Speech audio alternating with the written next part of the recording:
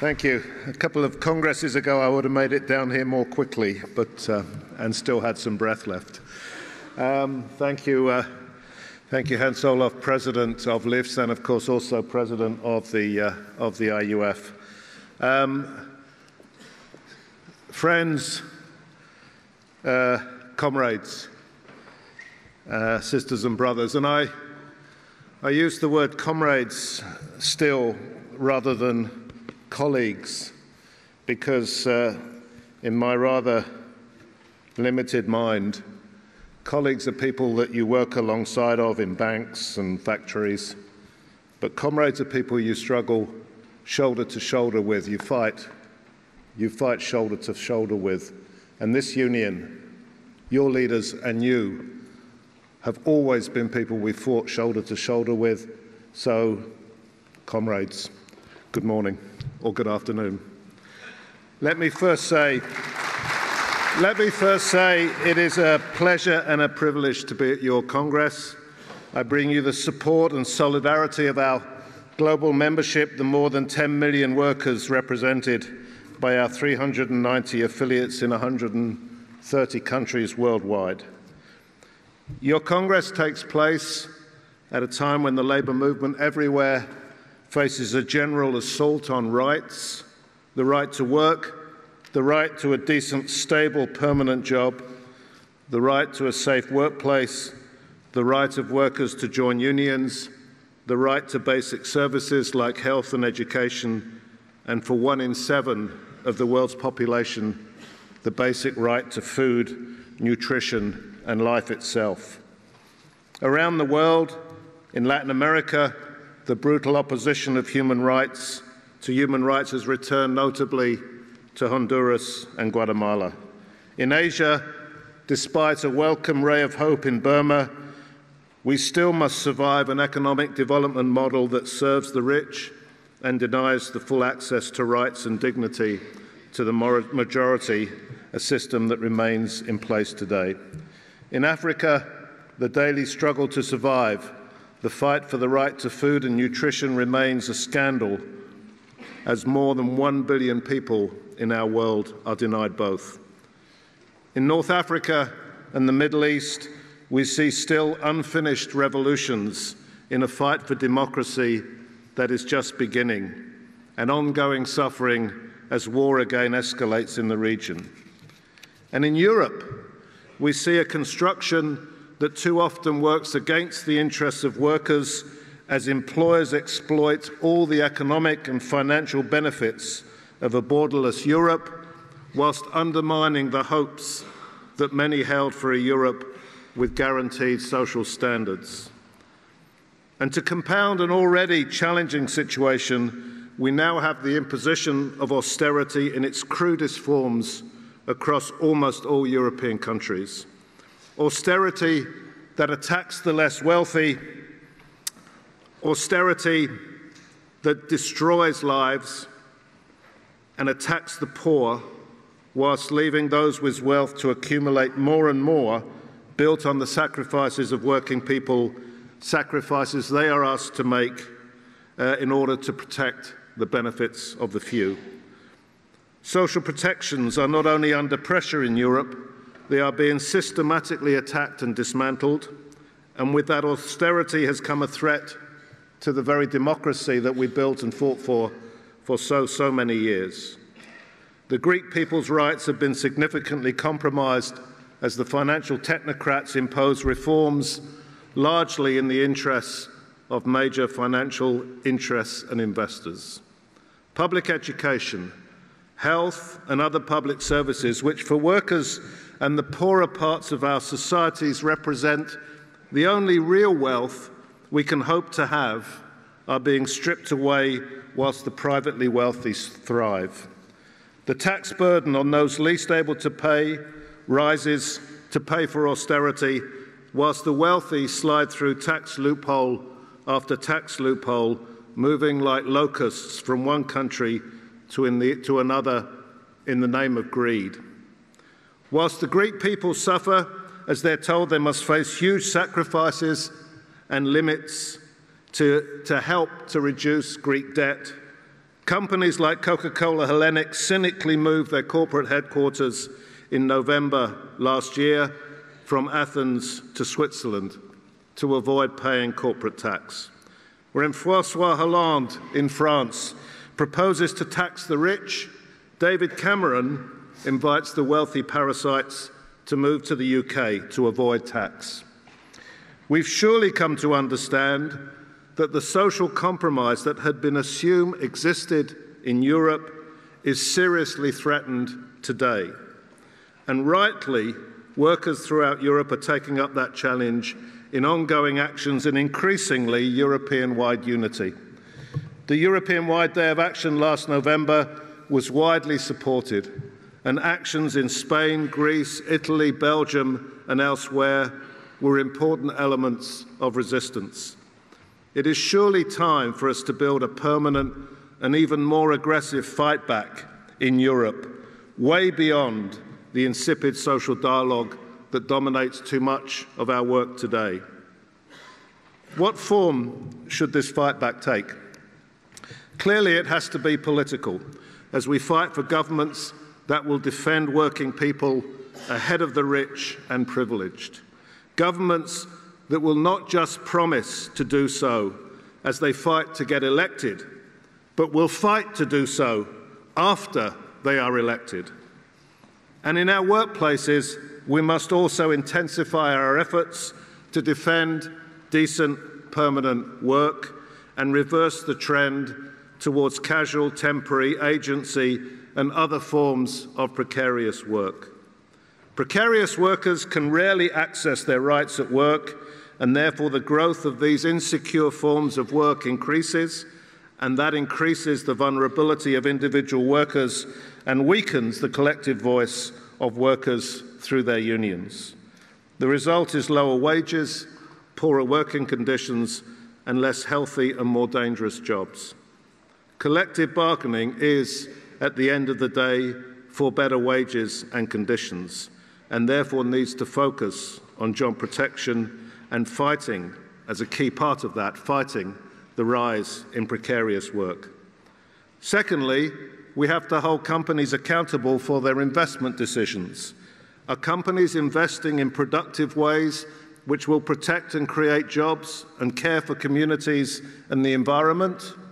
Or are they cost-cutting, asset stripping and outsourcing in a frantic effort to meet shareholders' short-term profit expectations and in the process destroying productive enterprises and decent jobs?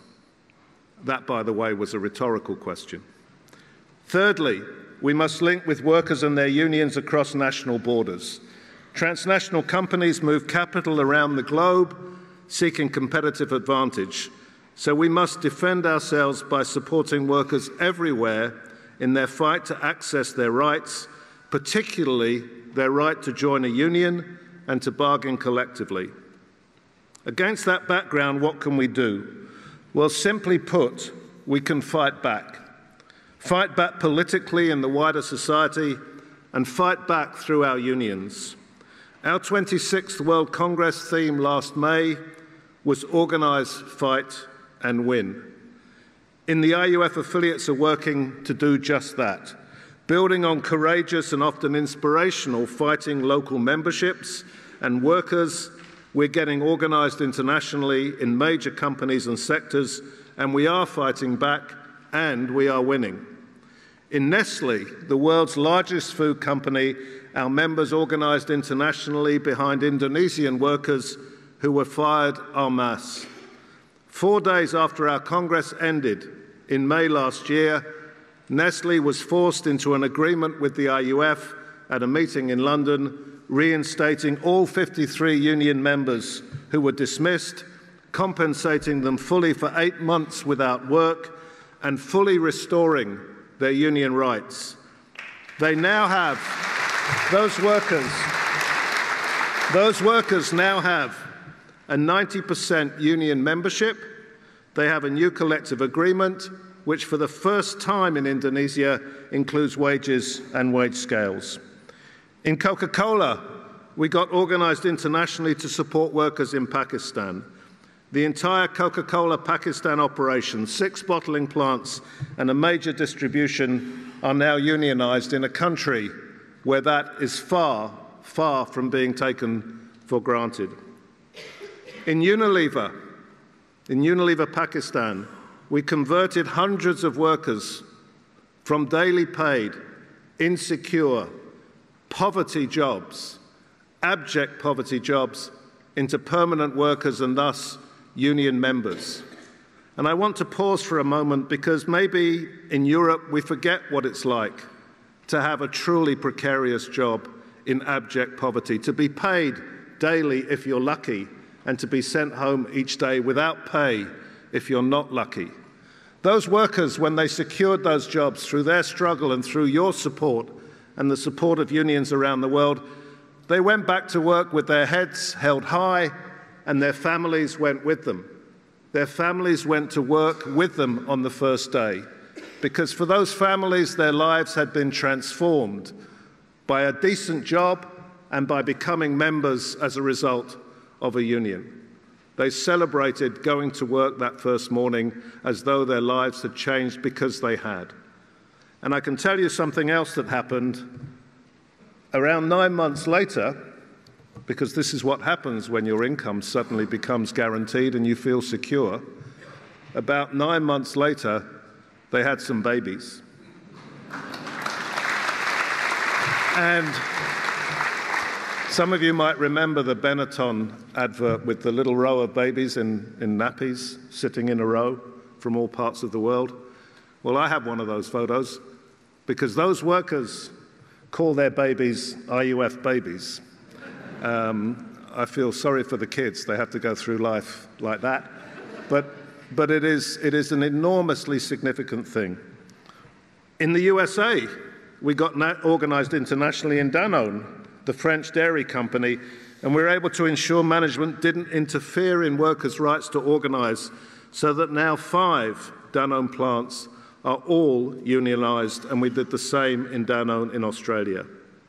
In Smithfield Meats in the USA, we got organized, particularly in France and Poland, in support of our affiliate there in the US, the UFCW, and the union succeeded in organizing 12,000 new Smithfield workers. In Unilever, as I said, we have organized ourselves internationally to fight the company and have secured thousands now of permanent jobs and union members. And the list goes on, and that list will grow as we put our organized fight and win mandate into practice. And today, we have a new fight. I mentioned earlier North Africa. You'll be aware that in January 2011, the peoples of Tunisia and of Egypt rose up in a revolution that is yet to be complete, but a revolution against oppressive regimes, a revolution of huge courage. They died, some of those who rose up. They were killed because they fought for fundamental rights and fundamental freedom. There is a company called Mondelez. You may know it best by its old name, Kraft. Mondelez decided, both in Tunisia and Egypt, that people could die for freedom, they could die for rights, they could die for democracy, but not inside Mondelez plants. So when workers in 2012 formed independent unions in those countries, particularly in Egypt, management's response was to fire the leaders. They fired the leaders because they believed in their arrogance that within a US transnational company, the sacrifice of society to build democracy would stop at the gate. We have 2 of those leaders with us today, and I would like you for a moment to recognize them, Nasri and Hussein, 2 of the 5 dismissed union leaders in Egypt. They've come with me, and I want to congratulate them for their fight.